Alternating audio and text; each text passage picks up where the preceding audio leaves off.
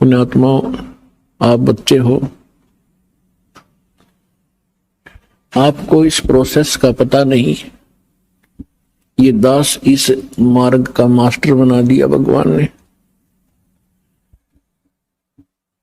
दास आपको देख रहा है कि आपके अंदर कितनी रुचि भगवान की बढ़ रही है, और दास को यह भी पता है कि परमात्मा आपके ऊपर कैसे रजा बख्श रहे हैं। दास को यह भी मालूम है कि आप आम आत्मा नहीं हैं। आम आत्मा तो वो हैं जो दूर बैठे निंदा कर रहे हैं, अन्य नकली संतों के पास फंसे पड़े हैं, या अन्य योनियों में, प्राणियों में के शरीरों में कष्ट उठा रहे हैं, या ऐसे किसी अक्षेत्र में, किसी देश में जन्मे हैं जहां नास्तिकवाद ही प्रधान है, तो वो आम आत्मा है, साधारण सामान्य जीव है। दुर्भाग्य उन प्राणियों का। आप जी को यहां बार बार क्यों बुलाया जाता है? जैसे आप अपने बच्चों को स्कूल कॉलेज में भेजते हो और टीचर डेली बुलाता है, उनकी अटेंडेंस लगाता है, और न आने पर उनको खुरकाता और धमकाता है, क्योंकि उसको मालूम है ये बच्चे रूटीन में आते रहे तो सफल होंगे, अपना सिलेबस पूरा कर पाएंगे, अन्यथा नहीं। टीचर को उनके भविष्य का ज्ञान होता है कि जो आज गफलत करेंगे आगे आजीवन वो दुख भरेंगे। ठीक इसी प्रकार दास को मालूम है परमात्मा ने ये एक नई यूनिवर्सिटी खोली है, और यही साथ के साथ एक मेडिकल भी है। तो इसमें इस आत्मा के दोनों रोग कटेंगे, एक तो जन्म और मृत्यु का, दूसरा जो कर्म संस्कार से आपको मानसिक पीड़ा, शारीरिक रोग या अन्य किसी कारण से तीन ताप का कष्ट आपके ऊपर जो कहर टूट रहा है, परमात्मा सबसे पहले आपको उसी से रिलीफ दिलाएंगे। उनसे रिलीफ होगा तभी आपको महसूस होगा कि सचमुच यहां भगवान मिला मुझे। और फिर आप आगे भक्ति भी करोगे, डर के भी रहोगे। आपको ये डर बना रहेगा कि कहीं फिर से ये नाम खंडित हो गया और भगवान की रजा मेरे सिर से हट गई तो वही संकट फिर से घेर लेगा। और भय बिन भक्ति नहीं होती, भय बनता है ज्ञान से। छोटा सा बालक होता है, वो करंट वाली वायर को भी पकड़ लेता है और मर जाता है, सर्प को भी पकड़ लेता, गड्ढे में गिर जाता, अग्नि को हाथ में पकड़ लेता, और वो अपना हानि उसको होती ही है। और जब वो बच्चा बड़ा हो जाता है, बुद्धि उसकी काम करने लग जाती है, मैच्योर होता है, तो फिर उसको डर लगता है उन भयंकर पदार्थों से, भयंकर जानवरों से। आप भी डरता है, औरों को भी सतर्क करता है कि सर्प है, इससे दूर हो जाओ, ये खा जाएगा, काट लेगा, बहुत विषैला जानवर है। इसी प्रकार बिजली के तार से औरों को भी बचाएगा, आप भी बचेगा। तो ये ज्ञान आपको यहां कराया जाएगा। आपकी बुद्धि मैच्योर होएगी, युवा होएगी, और फिर डर लगा करेगा। प्रत्येक पदार्थ से रिश्वत लोगे, हाथ कांप जाएंगे तुम्हारे। ये होगा जब जब आप सियाने हो जाओगे, मैच्योर आपके विचार हो जाएंगे, आपके हृदय में परमात्मा का जो ज्ञान दृढ़ हो जाएगा। तो आप जी को यहां क्यों बुलाया जाता है? आप तो बालक हो, खिलौने से खेलने की आदत बन गई, और सभी खेल रहे होते हैं तो दूसरे बच्चों की भी रुचि उसी में अधिक बनी रहती है। परमात्मा कहते हैं होले सुहागन सुरता त्यार, तो मालिक घर जाना है। फिर कहते हैं कि तेरे संग की कितनी जाली, तू क्यों लारी वार, और गुडिया खेलत तन जन्म गंवा दिए, लाया नहीं विचार। गुडिया खेलत यानी खिलौने से खेलते हुए इतना सारा जीवन नष्ट कर दिया। ये भी सोच के तूने अपने घर ससुराल भी जाना है, और तेरे साथ की और भी बहुत जा चुकी हैं, तूने भी जाना ही होगा, इसलिए वहां जाने से पहले अपनी तैयारी कर। अब जब तक लड़की यानी लड़का हो चाहे लड़की, लेकिन यहां परमात्मा आत्मा को संबोधित कर रहे हैं, चाहे वो स्त्री की है या पुरुष की। ये कौर कौर में ऊपर के चोले मंत्र है, अंदर मटेरियल एक जैसा है। तो परमात्मा ये समझाना चाहते हैं कि जैसे छोटे बच्चे खिलौनों से खेलते हैं, कोई कार ले रखी है छोटी सी, कोई घोड़ा ले रखा है, कोई मोटरसाइकिल, वो खिलौने की छोटी सी खड़ी है प्लास्टिक की, और उनको कोई बच्चा उठा लेता है तो वो रोता है, पैर पीटता है, बुरा हाल कर लेता है। जब उससे पूछा जाता है कि क्यों रो रहे हो, कि मेरी मोटरसाइकिल उठा दी, वो मोटरसाइकिल वो इतना खिलौना, उसको ओरिजिनल मान तो क्या, वो उसकी बुद्धि इतनी ही काम करती है। ऐसी लड़कियां गुड्डा गुड्डी का खेल खेला करती हैं। एक कपड़े का गुड्डा बना लेते थे दुल्हा, एक उसकी दुल्हन, और छोटे छोटे कपड़ों के टुकड़ों से उनके सूट के सेट बना दिया करती थी, सैकड़ों की संख्या में। और फिर उस इतने से कपड़े को जो उसने मोड़ तोड़ कर एक सूट का रूप बनाकर रखा हुआ था, अपनी गठड़ी बांध रखी थी, बक्से में रखी छोटे से, उसमें से उसके एक कपड़े ने कोई उठा ले, टुकड़े ने गिनती करती थी। पहले दास ने देखे छोटे छोटे, जब शिक्षा का इतना था नहीं, बच्चे इसी खेल से खेला करती बेटी बहने, तो वो रोया करती थी। फिर उससे पूछते थे क्यों रो रही है, कि मेरी तिल, मेरा एक सूट गायब हो गया, मेरा ने किसी ने उठा लिया। इतना चिथड़ा था वो, कतरन थी एक। अब दुल्हा दुल्हन का खेल खेला करती थी, ये दुल्हा या दुल्हन। अब जब वो लड़की बड़ी होती है तब उसको पता चलता है वास्तविक दुल्हा और दुल्हन का। जब वो बड़ी हो जाती है फिर वो खेल नहीं खेल सकती जो पहले खेला करती, छोटे छोटे गुड्डा और गुड्डी के खेल को, कभी उसकी रुचि ही नहीं बन सकती। तो इसी प्रकार आप जी जो आज तक खेल खेल रहे थे, संतानों उत्पत्ति, संपत्ति को संग्रह करना, बच्चों का विवाह करना, पढ़ाना, शिक्षा ग्रहण कराना, फिर इनका विवाह कर देना, फिर इनकी संतान की कामना करना, संतान हो जावे, फिर हम वृद्ध हो गए, मृत्यु के निकट आ गए, हम बेशक मर जावा, नो प्रॉब्लम। हमने ये सोच रखा था कि सुना सुनाया जैसे हम सुनते थे कि हमारा मनुष्य जीवन का काम पूरा होया। मनुष्य जीवन का तो शुरू भी ना करे आपने, ये तो एक जनसाधारण का काम करे जो, और जो आपको मिलना था। कई हमने देखे पहले जब ज्ञान नहीं था, बुढ़े बुजुर्ग बैठ कर बतलाया करते थे और कहा करते थे, भाई जैसे कोई बाहर का आ जाता था अतिथि,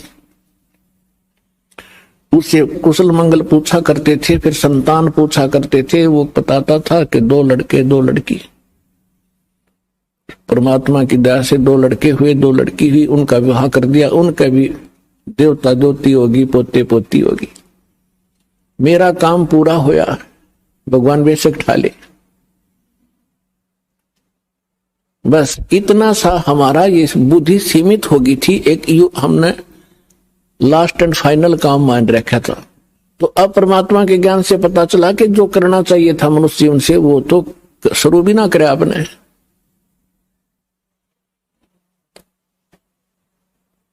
तो पुण्यात्माओं, आपको यहां बुलाकर ये ज्ञान दिया जाता है कि आप उस मनुष्य जीवन के मूल कर्तव्य को भूल चुके हो और किसी में पिछले पुण्य कर्मों के संस्कारवश प्रेरणा है तो आप साधना गलत कर रहे हो, वो भी व्यर्थ है। शास्त्र विधि को त्याग का मनमाना जो आचरण करते हैं वो भी गलत है। गीता अध्याय नंबर 16 के श्लोक नंबर 23 और 24 में इसका प्रत्यक्ष प्रमाण है। तो शास्त्र अनुकूल साधना कौन सी होगी? गीता अध्याय नंबर 4 के श्लोक नंबर 32 और 34 में स्पष्ट कर दिया है। और 25 से लेकर 30 तक चौथे अध्याय में यह भी कहा है कि सब अपनी अपनी कोई ऐसी साधना करता है, कोई ऐसी करता है, कोई ऐसी करता है। ये सभी अपनी साधनाओं को पापनाशक जानते हैं। पापनाशक मीन मोक्षदायक। पापनाश होंगे तभी तो मुक्ति होगी, नहीं तो कर्मा के संस्कार में हम फंसे रहते हैं। तो गीता अध्याय नंबर 4 के श्लोक नंबर 32 में कहा है कि परमात्मा स्वयं आकर के अपने मुख कमल से एक विशेष जानकारी विस्तार से देता है। उसको सच्चिदानंद घन ब्रह्म की वाणी कहा जाता है, कबीर वाणी। वो तत्व ज्ञान है, उसको जानने के बाद फिर सर्व पापों से मुक्त हो जाता है। उस तत्व ज्ञान को मैं नहीं जानता, गीता ज्ञानदाता कहता है।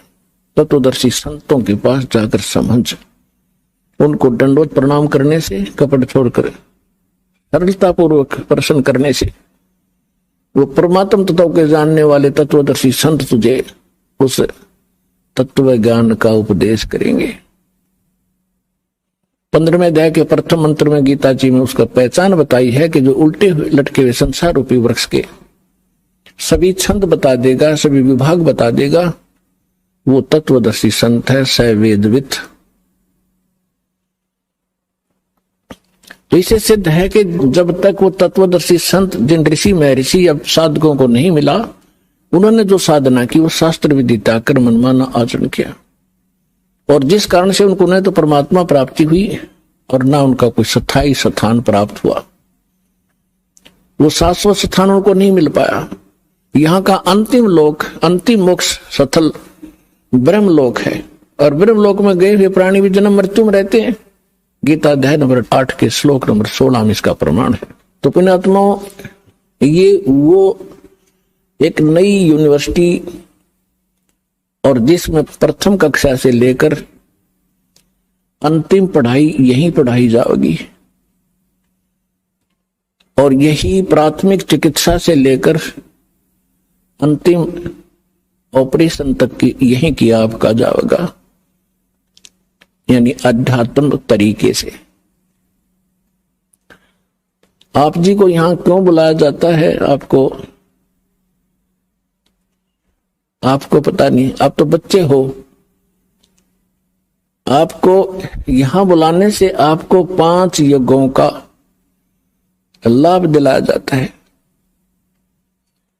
पुण्यात्माओं, एक जैसे किसान खेत में बीज बोता है, खेत भी संवार दिया और बीज भी ओरिजिनल हो, यानी गेहूं का बोआ है तो गेहूं का ही हो, और गेहूं का भी अच्छा बीज हो, मरे हुए दाने ना हो।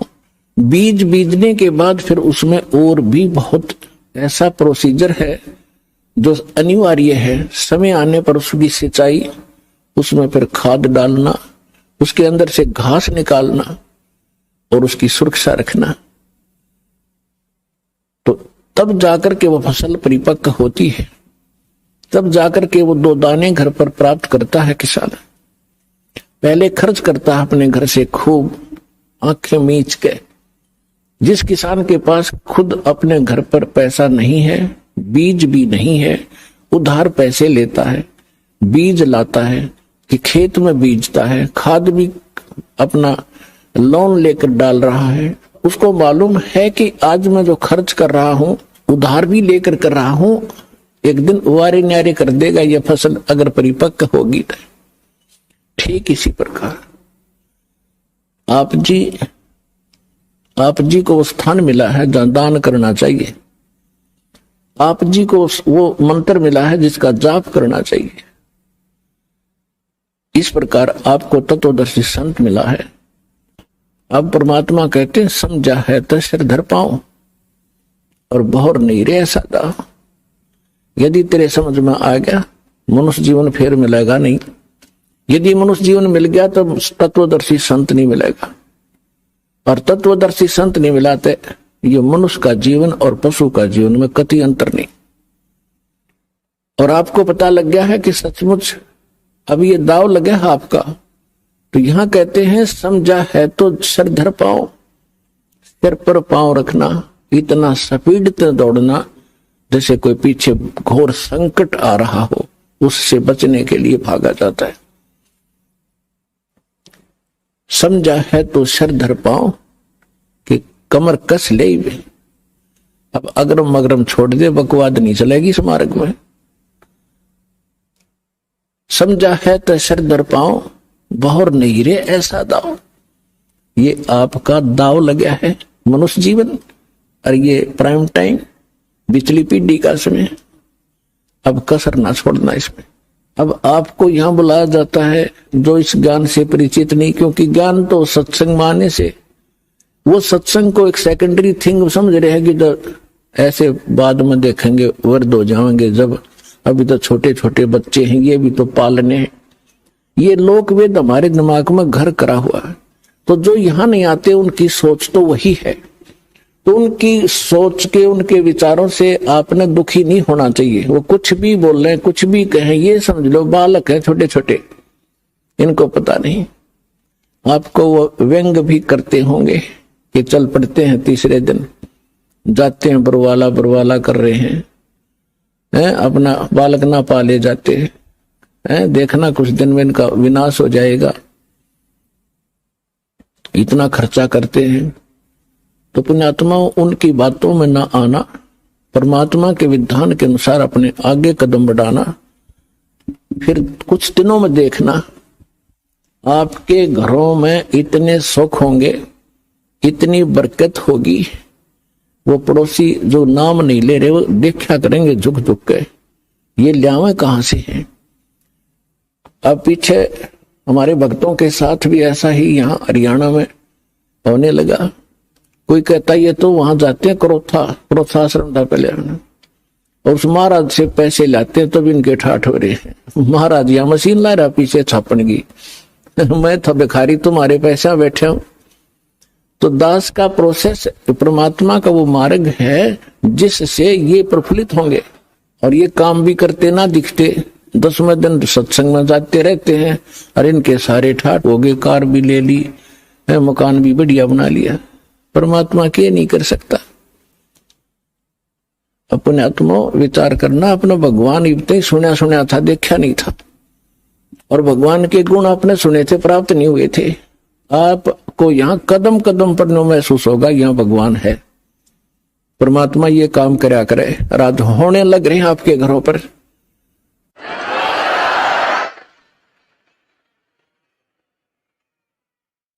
तो आप जी को यहां बुलाकर आपको यहां अमृत पिलाया जाता है, आपकी आत्मा को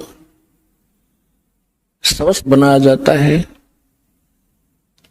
जैसे छोटा सा बालक होता है, लड़का या लड़की, गली में बच्चों के साथ खेल रहा होता है, और वो तो इतना मस्त हो जाता है बच्चों में, उसने खाने पीने की भी परवाह नहीं होती। फिर माँ जाती है कि काफी देर होगी मेरे बच्चे ने आया नहीं, ना खाना खा गया ना दूध पी के गया। वह गली में जाती है, उसको कहती है तू आजा, खाना खा ले, दूध पी ले। वो नहीं आता है, वो तो मस्त है खेलने में। उसको उठाकर लाती है, उसका हाथ पैर मुंह धो के उसको दूध पिलाती है, और वो दूध पीता पीता भी न सोचा है कि एक बार छोड़ दे माँ फिर भागू मैं, लेकिन वो नहीं छोड़ती है, उसको पेट भर के और फिर छोड़ देती है कि ले तू खेला।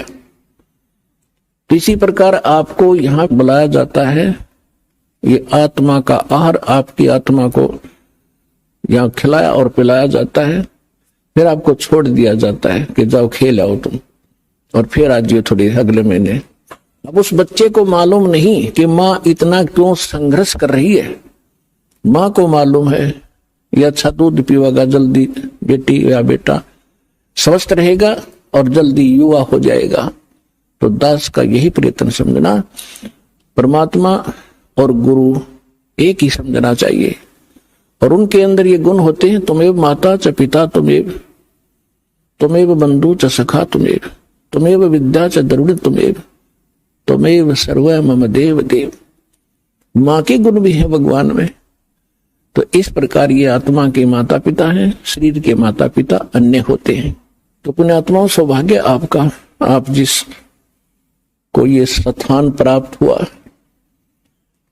और आपको वो भगवान का यथार्थ मंत्र प्राप्त हुआ जिसे मोक्ष संभव